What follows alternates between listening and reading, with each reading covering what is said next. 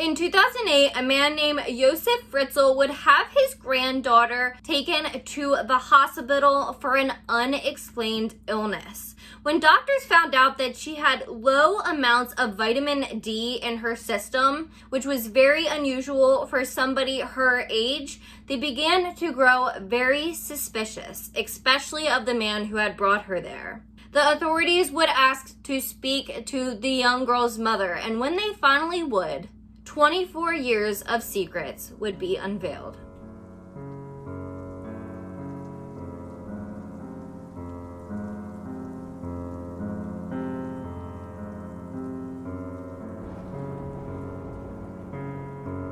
Hi everybody, welcome back to my channel and welcome back to Killer Concepts, the place where we talk about all things true crime. I just want to say thank you to everybody who has subscribed to my channel. You have helped me reach over 100 subscribers now here on YouTube, which was a huge goal of mine. If you have not done so already, make sure to hit that red subscribe button down below and turn on your post notifications so that you do not miss a thing. On Saturday 19th April 2008, a man by the name of Josef Fritzl would call an ambulance to his home at 40 Strasse in Amstetten, Austria. His 17-year-old granddaughter, Kirsten Fritzl, was gravely ill, and when the paramedics finally laid eyes on her, they were extremely concerned.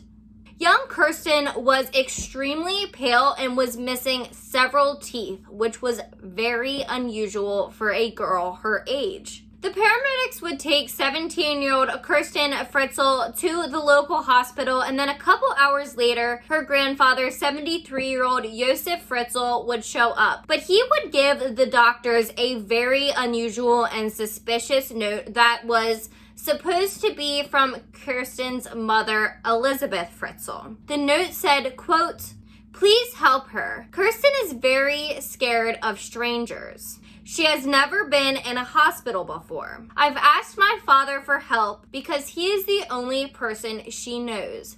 End quote. The doctors thought this was very strange, and so they decided to get the authorities involved, in which both the doctors and the authorities then wanted to speak to Elisabeth Fritzl. They wanted to know what was going on with this mother because they thought the illness that Kirsten Fritzl was suffering from could be a result of neglect. But Josef Fritzl would tell the authorities that his daughter Elisabeth had ran off to be with a religious cult several years earlier, and she had come back several times to drop children that she had had off at his house for him to take care of and for his wife and Elisabeth's mother. Even with what Josef Fritzl had told them, the authorities still wanted to try and find Elisabeth. Everything that was going on was just super strange, and they thought that the mother maybe could help solve the illness of her daughter. Kirsten Fritzl was severely lacking vitamin D in her body. She was missing several teeth. She was extremely pale, and it was a life or death situation at this point. She was severely ill, and so the doctors needed to be able to talk to her mother. Authorities would search all over Austria to try and find Elisabeth, but they were having no luck. Databases really didn't yield any information on her, and anything that did come up was from several years prior and would be no help to them. Authorities then decided that they were going to go as far as to make a televised appeal for Elisabeth to come because they wanted to speak to her. Even this did not yield any results, and the authorities were never contacted by Elisabeth Fritzl. Since the authorities still had not heard from her, they decided that they were going to go to Josef and his wife Rosemary's home at 40 Strasse, Amstetten, Austria, to do a search and see if they could find any information on what was going on because the situation was so strange. The police officers took DNA from all the family members in the household. Remember, I had said Elisabeth had also dropped off other children. So they took DNA from those children as well as Rosemary Fritzl. But when they tried to get DNA from Josef Fritzl, he just told them that he was way too busy to even spend a second to have his cheek pretty much swabbed in order to be tested for his DNA. With all the police presence, a few days later, Elisabeth Fritzl would show up in the living room of 40 Yevstrasse with 2 children. Her mother, Rosemary, would be extremely surprised to see her daughter, as she had not seen her for over 24 years. Elisabeth Fritzl had with her 2 of her children, Stefan and Felix.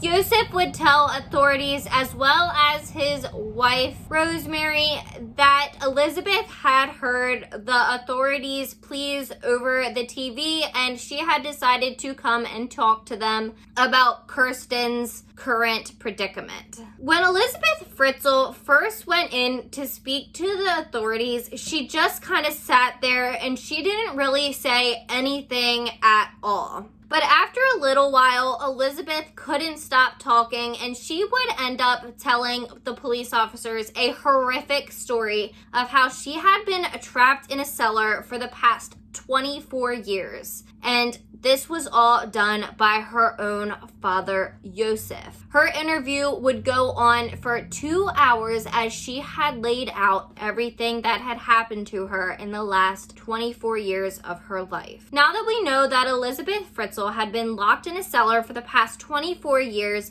we are going to go back in time to the very beginning. So Elisabeth Fritzl's father, Josef Fritzl, was born April 9th, 1935 in Amstetten, Austria. Josef Fritzl was raised by a single mother after his father, Josef Fritzl Sr., had abandoned them when he was a young child. Fritzl Sr. had left and fought as a Nazi stormtrooper in World War II, in which he would eventually perish.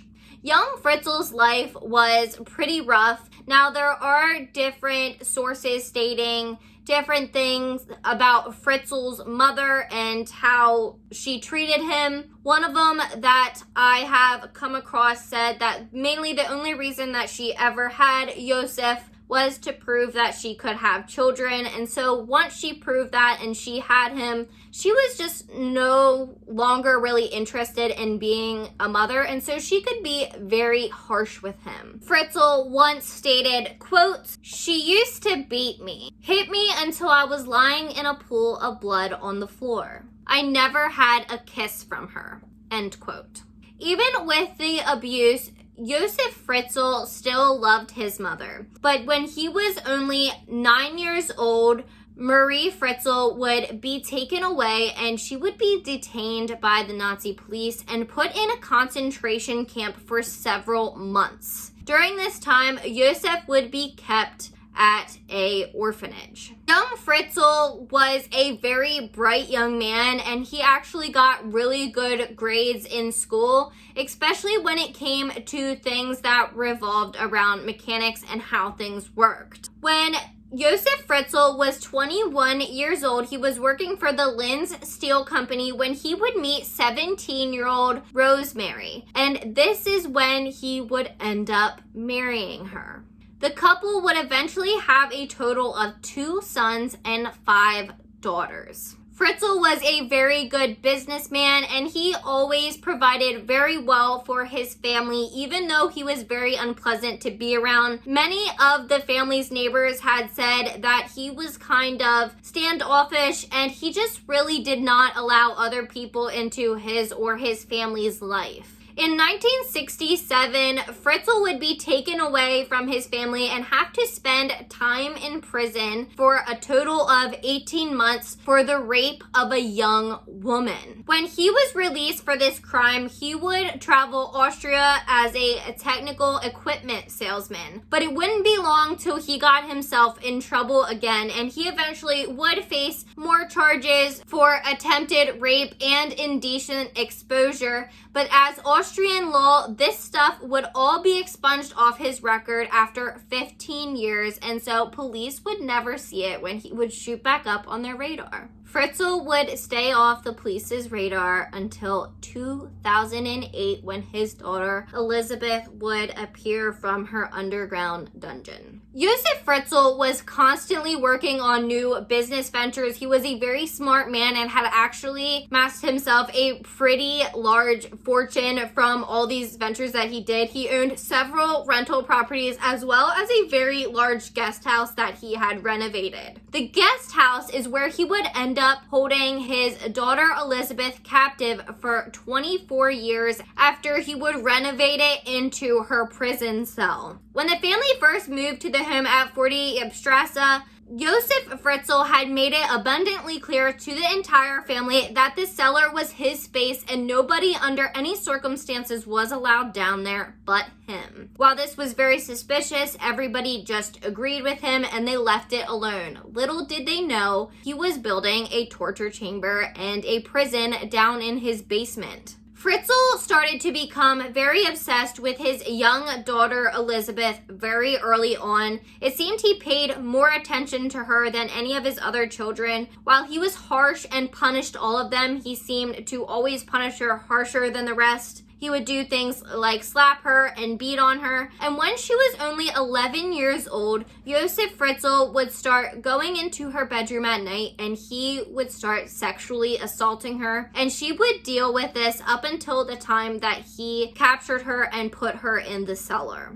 Elisabeth would keep the sexual assault hidden from everybody that she knew, including her mother, her siblings, and her best friend, Krista Waldrich. Waldrich would eventually tell reporters that she believed sometimes Elisabeth even preferred being at school than being at home, and she seemed to not really want to leave sometimes because that just meant she was going back to the torture of her father. In January of 1983, 16-year-old Elisabeth Fritzl would run off with one of her friends to Vienna to try and escape the torture and abuse of her household. Unfortunately, Josef Fritzl would go to the police and he would make a report and they would eventually find her and bring her back to her father and her abuse. Once again, Elisabeth would try and run away and she would only get so far before her father or the police would find her again. And so she had ran away a total of 3 times before she was completely captured and never let out by her father. However, the last time that Elisabeth ran away from home, when she came back, she did not expect that she would never leave that house again because Josef Fritzl had something waiting for her.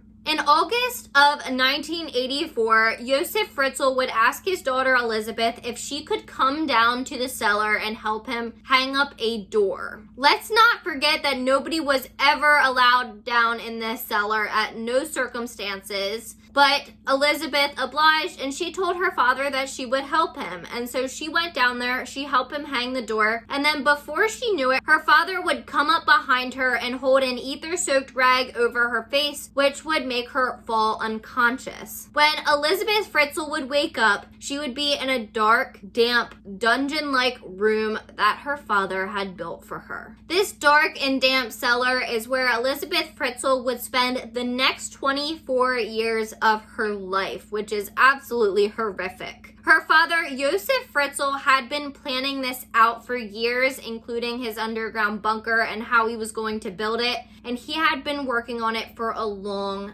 time. It was like a maze to get to the actual room that Elisabeth was kept in. Fritzl had received several building permits to be allowed to build this underground structure, as well as a grant to build it. His neighbors had always seen him working on this underground construction, but he never talked to anybody. While they thought it was strange, he had always been strange in general, so they just kind of left it alone. Fritzl utilized construction materials from places that he previously worked, which made it very easy for him to get them. And Fritzl made 2 main access points to get into this cellar. But what's even stranger is to get to the room that Elisabeth would be kept in, it would take 8 doors. The door that would actually open to the room that Elisabeth in was metal encased in concrete and was actually the door that Elisabeth helped hang up herself, which is terrible because Elisabeth Fritzl had essentially hung up the door that would keep her locked in this cellar for the next 24 years, which is absolutely twisted that her father would even do such a thing. Once Elisabeth Fritzl was locked down in the cellar, her father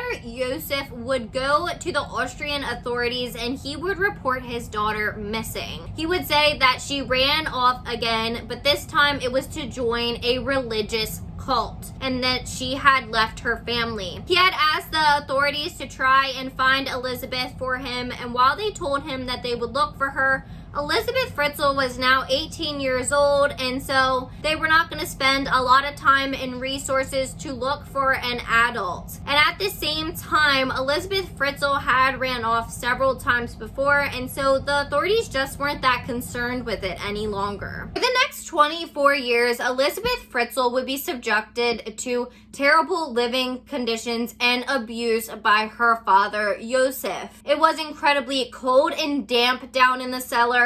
There were extremely large rats that sometimes Elisabeth would even catch with her bare hands. And it would get so damp in there that the water would run down the walls to the point that she would have to soak it up with a towel that she had. Then during the summer, Elisabeth said that it would get so hot down there that it would be as bad as a sauna and she'd just be down there sweating. When Elisabeth was first put in the cellar, her father, Josef, would strap her arms and legs with a metal chain, and then he would strap her to metal posts behind her bed, in which she was only able to move about a half meter to each side at that point. A couple days later, he would loosen the chain some more so that she had more freedom to move around within the cellar. Fritzl would sexually assault his daughter at least once a day down in the basement in the deplorable conditions that she was kept in, and eventually he would unchain her altogether and let her roam free because he said that the chains were actually hindering his sexual activity with his own daughter. Elisabeth was alone in this cellar until she became pregnant with her first child. Elisabeth's father, Josef, said he knew that she was pregnant because she had been running a fever, which to me doesn't make very much sense because it is already extremely cold down in that basement, and I feel like the living conditions could give you on and off fevers in the first place. But apparently, according to Josef, Elisabeth's mother, Rosemary, had also ran fevers when she was pregnant. During this first pregnancy, Elisabeth would actually suffer a miscarriage, but then she would become pregnant a second time with another one of her father's children. The second child would be a girl named Kirsten, who is the child we were talking about in the beginning of the video, who was taken to the hospital. And not long after, her son Stefan was born. Overall, Josef Fritzl would father 7 children with his daughter Elisabeth down in that cellar, including a young boy who had died at the age of 3 days old. Some of these children would be kept down in the cellar with Elisabeth, but eventually some of the other ones would get to live a normal life upstairs in the rest of the house with Josef and his wife, Rosemary. So Kirsten, Stefan, and Felix were all kept down in the basement with their mother, Elisabeth, and she would spend a very large amount of time actually teaching them life skills. She taught them how to read, how to do math, anything they would possibly learn in school, which is incredible for the fact that she had been stuck down there since she was 18 years old, and those kids learned just as much being down in that basement that they would learn outside. Now, the rest of Elisabeth's children were taken upstairs by Josef Fritzl to be raised by Elisabeth's mother, Rosemary. What happened is Fritzl decided that there just wasn't enough room down in that cellar. It was only about 35 square meters total down there. It was super small. And so when Elisabeth would have her next child, he would take it upstairs very carefully without anybody knowing, and he would deliver it on the front porch with a letter that was supposedly from Elisabeth asking her parents to take care of the child because she could not take care of it herself. Rosemary went along with it. She had not heard from her daughter in years, and she helped raise the child just like she had raised the rest of her children. And then when Elisabeth had her next child, Josef did the exact same thing with that one. A lot of people question how nobody saw him putting these children on the front porch of their home, but any neighbor said that they never saw this occurring. When these children first started appearing on the doorstep of 40 Strasse, Josef Fritzl and his wife Rosemary would actually go to authorities, and they would tell them that it had come from their daughter Elisabeth. They got cleared to take care of the children, and then they just let them take care of the rest of them from there on without any questions, which is super strange. Press actually took notice, and they just questioned what kind of mother would just leave their kids on the doorstep of her parents. But little did anyone know that Elisabeth Fritzl was locked in the basement of her parents' home, in which Rosemary was not aware of.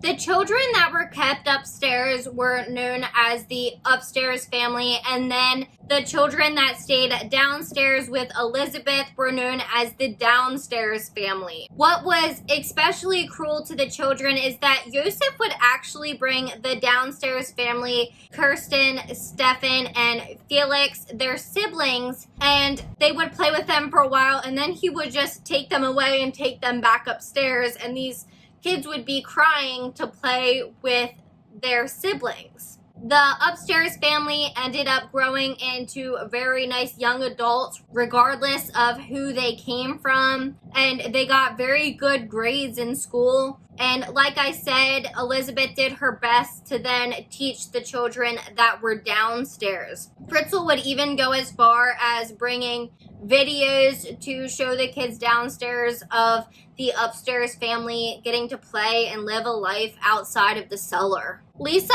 Monica, and Alexander were the children that made up the upstairs family. And when Monica was born, Fritzl would actually go ahead and he would expand the living space in the basement and actually make it like an apartment for Elisabeth and the rest of the children to live in. It had a small kitchen, it had a bedroom, and it did have a bathtub for them to wash often, which was better than anything that they had before. So while Elisabeth was still stuck in these terrible conditions, she made the best of it, and she tried to raise her children the best that she could and give them the best life that she could. So now fast forward to where we were at in the beginning, where Fritzl had called an ambulance to 40 Strasse to take care of his granddaughter Kirsten. It had been several years since all these children had been born, and they just went on to live life the way that they had been living for years, living down in the cellar. And so now we know why Kirsten was so unhealthy. 9 days after the ambulance was called, police would show up to 40 Strasse. This was after they had spoken to Elisabeth about everything that had went on in her life, and she told them about the 24 years she was kept down in the cellar and the 7 children that had been fathered by her own father. So on the 27th of April in 2008, police officers, like I said, would arrive at the home of Josef Fritzl. They would take him into custody, and then they would take Rosemary and the rest of Elisabeth's children all to a psychiatric hospital so that Rosemary could see Elisabeth, and so could the rest of the children. Only a day after his arrest, Josef Fritzl completely confessed to everything that he did. He admitted that he did kidnap his daughter and he held her captive in the basement for 24 years. He admitted that he had raped her over 3,000 times throughout those years, and he admitted that he had fathered all her children. But it didn't seem to bother him. He seemed to think it was okay, and he actually went as far as to try and explain it away by saying that his daughter Elisabeth had tried running off to this religious cult and she was abusing drugs, and so basically he did it for her own good. Police weren't buying this, and neither were juries when he eventually went to court. While awaiting trial, Fritzl actually had his attorney release a letter that went as far as saying that he had actually treated his family very well because he decided to keep them when he could have actually killed them. On March 16th, 2009, Josef Fritzl would be at his first day of trial, and he would be charged with rape, incest, false imprisonment, kidnapping, slavery, grievous assault, and the murder of Elisabeth's child that only lived 3 days, Michael. Fritzl would plead guilty to every single one of the charges except grievous assault and murder. 42-year-old Elisabeth Fritzl would give an 11-hour recorded testimony as she had agreed with the police that she would give one, but she was not going to be in the courtroom so that she did not have to look or speak to her father. Little did Fritzl know that his daughter was actually behind a screen disguised the entire time at trial. When Fritzl had found out that his daughter had been at the entire trial, he actually broke down and he pled guilty to every single charge, in which he was sentenced to life in prison. Unfortunately, with his charges, he is eligible for parole after 15 years, but it was noted by a judge that that should not be considered.